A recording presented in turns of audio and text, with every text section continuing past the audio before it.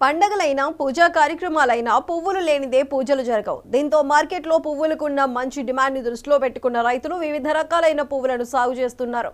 బతుకమ్మ, దీపావళి వరుస పండుగల దృష్ట్యా పూల తోటలను సాగు చేస్తూ రైతులు మంచి లాభాలు అందుకుంటున్నారు. మంచిర్యాల జిల్లా రైతులు జిల్లా వ్యాప్తంగా సుమారు 20 ఎకరాలకు పైగా రైతులు పూల పంటలను సాగు చేస్తూ లాభాలు గడిస్తున్నారు. జిల్లాలో బంతి, సీతమ్మ జడల పువ్వులను సాగు చేస్తున్న ప్రదేశం నుండి మా ప్రతినిధి శ్రీనివాస్ మరింత సమాచారం అందిస్తారు.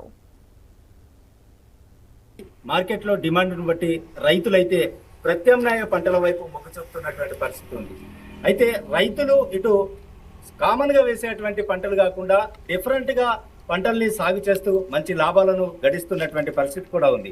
అయితే మనం ఆదిలాబాద్ జిల్లాలో ఉన్నటువంటి లక్షడిపేట నియోజకవర్గంలోని లక్షడిపేటలో ఉన్నాం. ప్రస్తుతానికి మనం చూడొచ్చు ఈ రైతులు అటు బంతిపూల సాగుతో పాటు ఇటు సీతమ్మ జడలను సాగు చేస్తూ అనేక లాభాలను గడిస్తున్నటువంటి పరిస్థితి కూడా ఉంది. అదేవిధంగా అంటే ఇటు సీజన్ మరికొద్ది రోజులలో తెలంగాణ ఆడపడుచులకు అత్యంత ఇష్టమైనటువంటి పండుగ బతుకమ్మ, సద్దుల బతుకమ్మ పండుగ రానున్నటువంటి నేపథ్యంలో పండుగను దృష్టిలో పెట్టుకొని మార్కెట్లో మంచి డిమాండ్ ఉన్నటువంటి సీతమ్మ జడలు అటు బంతిపూలతోటి ఈ బంతిపూల మంచి డిమాండ్ ఉంటుంది కాబట్టి ఈ డిమాండ్ని దృష్టిలో పెట్టుకొని ప్రత్యామ్నాయ పంటలు సాగు చేసినట్టు, అదేవిధంగా మార్కెట్లో డిమాండ్కు అనుగుణంగా పంటలను సాగు చేసినట్టయితే మంచి దిగుబడి సాధించవచ్చు అన్నటువంటి ఉద్దేశంతో ఇక్కడ లక్షడిపేటకు చెందినటువంటి శ్రీనివాస్ పీజీ విద్యను అభ్యసించి వ్యవసాయంపై ఉన్నటువంటి ఇంట్రెస్ట్తో ఇటు కామన్గా పత్తి పంటలు, కంది పంటలు, అదేవిధంగా ఇతర పంటలను సాగు చేస్తూనే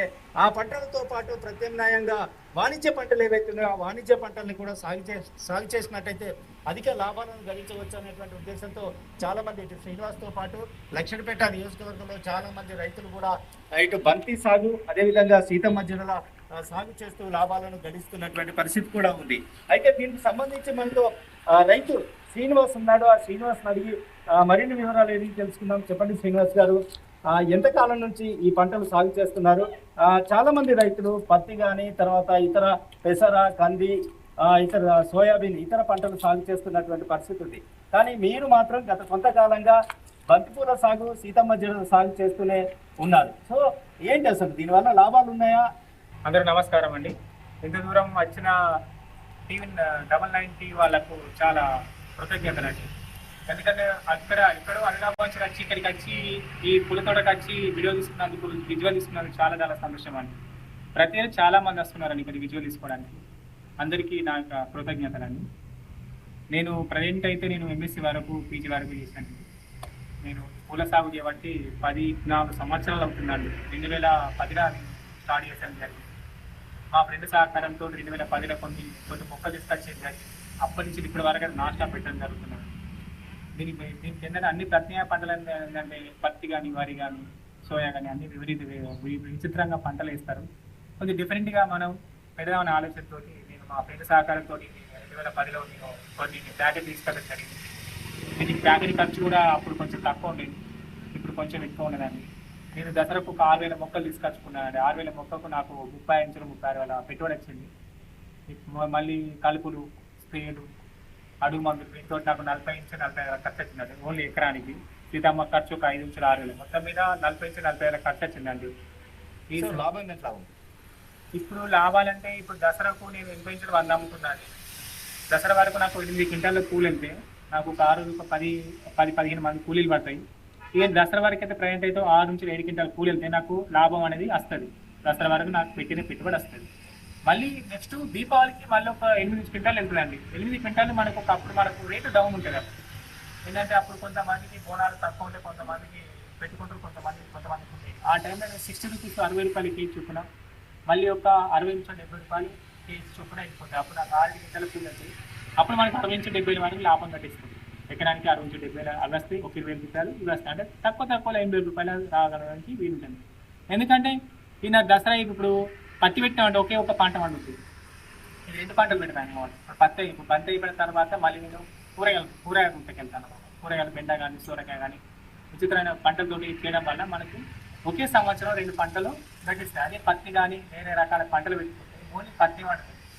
దానికి కొంచెం పెట్టుబడి ఎక్కువ అన్న కాన్సెప్ట్ తోటి నేను ఇప్పుడు తక్కువ టైంలో ఎక్కువ పంట తిందాం ఉద్దేశంతో ఈ పూల సాగుకు నేను వెళ్ళిపోయానండి. ఈ బంతి పూలకు కానీ సీతమ్మ జరుగులు కానీ సో కేవలం చూసినట్టయితే దసరా సీజన్లోనే డిమాండ్ ఉన్నటువంటి పరిస్థితి. సో మిగతా పండుగలలో డిమాండ్ ఉంటుందా? అసలు మార్కెట్లో వీటి డిమాండ్ ఎట్లా ఉంది? మనం మార్కెటింగ్ అనుకూలంగా చూసుకొని మనం ఈ పూల తోట పెట్టుకోవాలండి. ఫస్ట్ ఆఫ్ ఆల్ మనం దసరా ఎప్పుడు ఉంది, దసరా ఏ టైం చూసుకుంటే మనం ఈ పూల మొక్కలు పెట్టుకుంటే దసరా వరకు ఒక మనం 50 to 70 రూపీస్ 8 రూపీస్ వరకు ఉంటుంది. అదే చౌసిలో మనకు 30 రూపీస్ 40 రూపీస్ కేజీ వరకు ఉంటుంది. ఇది ఏంటంటే మార్కెటింగ్ లేదు ఇక్కడ. మనం మంచిర్యాల కానీ నిజామాబాద్ కానీ ఇక్కడ మార్కెటింగ్ మనకి పరిచయాల వల్ల మనకి పూలు సాగు తీసుకోవడం జరుగుతుంది. మనకి నా ప్లస్ పాయింట్ ఏంటంటే హైవే కొంచెం వచ్చేస్తే నాకు పూలు అనేది ఎక్కువగా సేల్ అవ్వడం జరుగుతుంది.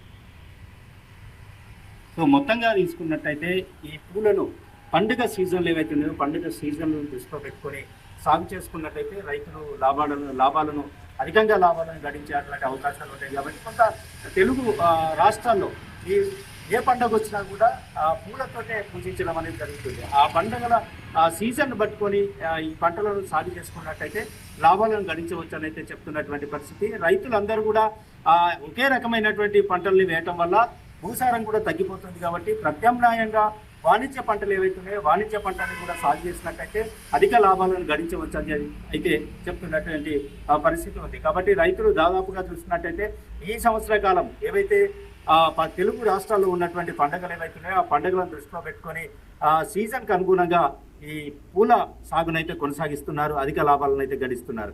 వీడియో జర్నలిస్ట్ సారాయితో శ్రీనివాస్, ఉమ్మడి ఆదిలాబాద్ జిల్లా నుండి. పండుగలో సీజన్